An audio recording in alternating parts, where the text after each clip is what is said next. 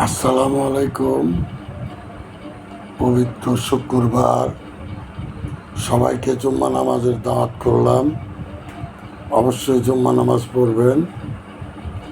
আর আপনাদের কাছে একটি প্রশ্ন, যে পৃথিবীতে যত কিছুই খান, সবচাইতে সুন্দর খাবার যেটা পৃথিবীতে যতদিন বেঁচে থাকবেন ততদিন আপনার হৃদয় খেতে চাবে।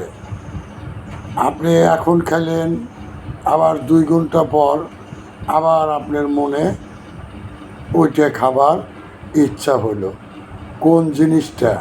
সঠিক উত্তর দিতে পারলে অবশ্যই পুরস্কার দেওয়া হবে। সঠিক উত্তরকারীকে 500 টাকা বিকাশ মূল্যে দেওয়া হবে। ধন্যবাদ। আসসালামু আলাইকুম।